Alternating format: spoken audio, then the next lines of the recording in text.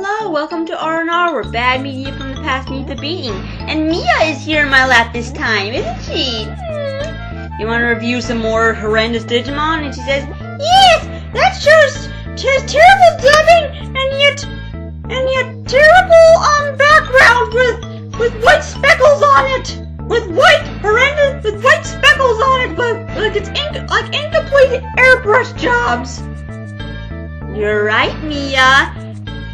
Now you guys are probably wondering why last episode I skipped over episodes 16 and 17. Well, to tell you the truth, they really didn't basically add any significance to the plot, or that I could put in this review. I mean, I also did to cut back to save more time. I mean,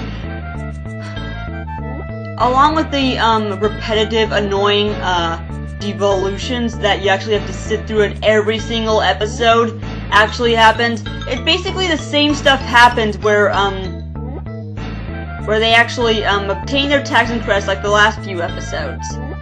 It's just them obtaining their tags and crests along with that Elvis impersonating dipshit monkey that keeps stalking them the entire time to track them down with his two stupid henchmen because he's of course too ignorant to do it himself.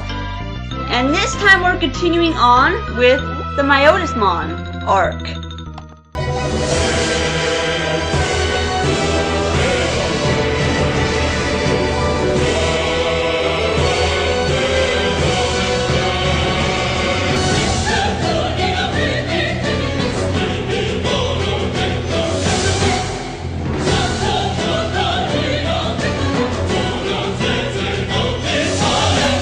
And boy, are we in for a surprise this time, because not only do we have to continue with the plot, we actually have a filler episode. Yeah, episode 21 is actually a filler episode, where Tai basically gets to go back for his real world for just like a few hours before even returning to the digital world. I mean, I actually think this episode was basically entirely pointless because it had no progression to the plot. I think basically they just put it there because they just thought they were out of ideas. We'll say, oh, fuck it, it's a kid's show, we'll put in anything on there and they'll follow it. No chronology ordered whatsoever. I mean, that's the way to go, right? However, in episode 20, as Tai actually defeats, he too is also sucked into a dimensional warp zone, whatever it's called, and somehow transports him back to the real world. Why only he does it is basically beyond my explanation. As the episode begins, Tai and Agumon then return back where they actually began and find out that everyone is gone. They later find Tokomon all alone in a park somewhere, and then they later find out that when they were gone, weeks have passed. Yeah, in the digital world, time flows much faster than it does in the real world. Which I then again find very confusing because if time flows faster, why haven't they even aged at all? I mean, ever since episode 1, they've technically already been there for months, and yet they still appear to be in their preteens. Tokomon then tells Tai and Agumon that the group separated and looking for Tai, and when Matt and TK got to the park, he left TK to search for Tai. But then, yeah, that's a nice job basically trying to leave your 8-year-old little brother all alone by himself if something bad can happen to him, because children are actually very vulnerable, as you actually know. The younger the child, the more fucking vulnerable they are. But however, Matt apparently took forever, and Tai was basically getting upset, and finds a new friend by the name of Digimon, who is entirely obnoxious. It turns out that Digimon isn't a good friend after all. In fact, he actually lied about Matt abandoning TK just so that he can get him to be friends with him. I don't know, but then he somehow tricks Agumon and Tai into some shrooms? I didn't know the show did drugs. Even a kid's show, for that matter. However, then Sora somehow peeps in and tells him not to eat the mushrooms, because then they'll forget things. I don't really know, guys. Do shrooms actually do that to you when you get high, you forget? I don't know. I don't want to say, but I have not personally tried it, so I wouldn't know. It turns out that Matt actually was actually working at a restaurant to help Joe pay off the bill, because he didn't have any money to pay for it. Yeah, apparently there's no child labor laws in the digital world, so they can work as long as they want. by this obnoxious egghead with... Well, you're an egghead. I am not an egghead. I am well-read. like the worst voice actor in the show so far. However, Matt gets upset because Joe is actually keeping him working at the restaurant for a very long time and forgetting about TK. And it actually turns out that Digimon is actually screwing things up and actually making them have mistakes. I mean, seriously, is this egghead stupid enough to actually not realize that that annoying black testicle is going around interfering with their work? What? What this? Oh yeah, another filler episode with Izzy.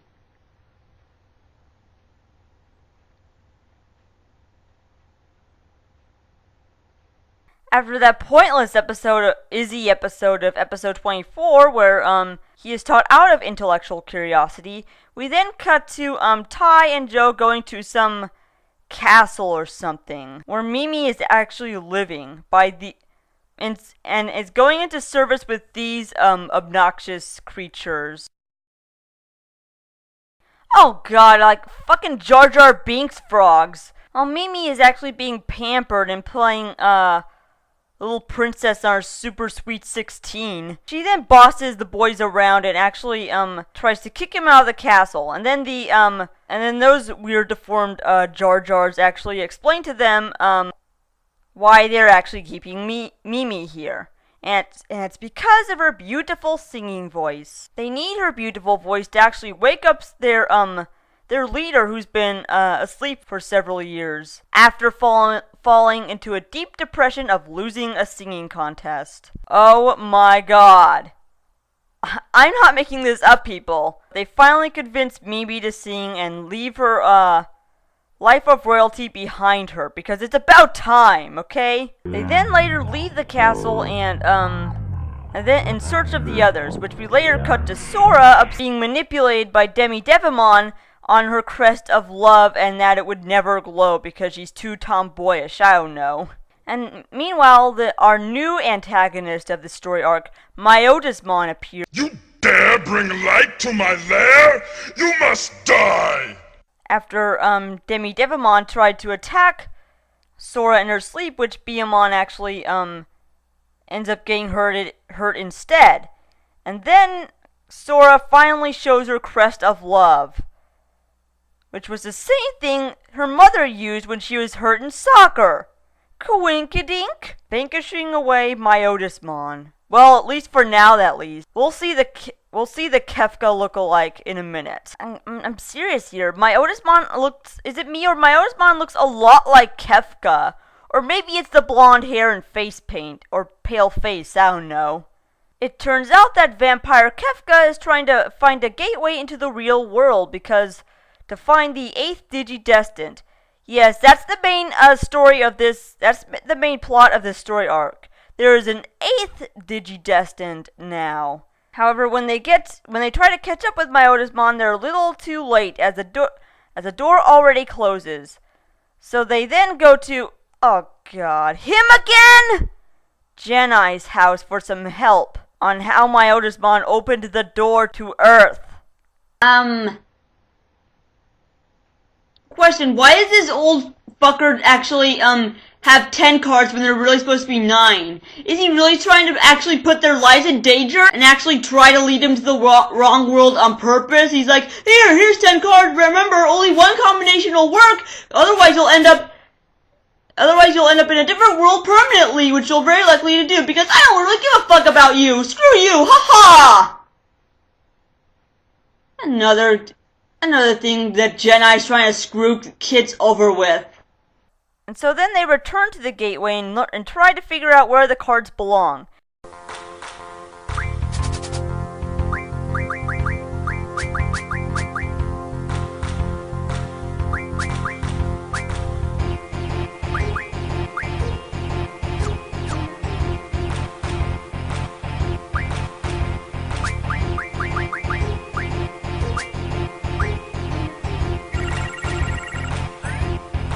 And by sheer luck, Tai figures out which card is the fake, and they end up back at summer camp where they all began.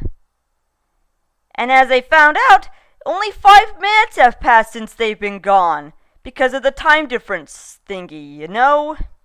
They later find out that summer camp's been canceled because of the snowstorm, and so then they request the bus driver to take them to their old home, Heighton View Terrace. I guess so that they can remember why they were chosen and who the child is.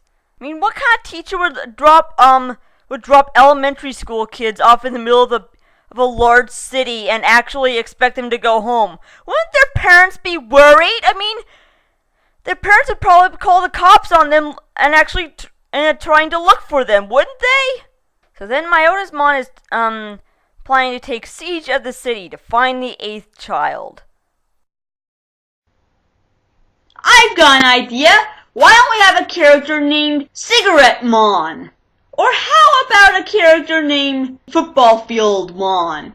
Or how about, if you want to be even more creative, have a character named that annoying British guy who seems to be in everything, but they never really tell you what his name is, Mon. It doesn't work that way! I mean, these people are just ignorant enough to basically think they're so creative that they could just take names of existing objects and add the word Mon to it. I mean, it seems like a tongue twister every time I talk about this show. I'm using the word something Mon, mon, mon, mon, mon, mon, mon, mon, mon, mon, mon, mon, mon.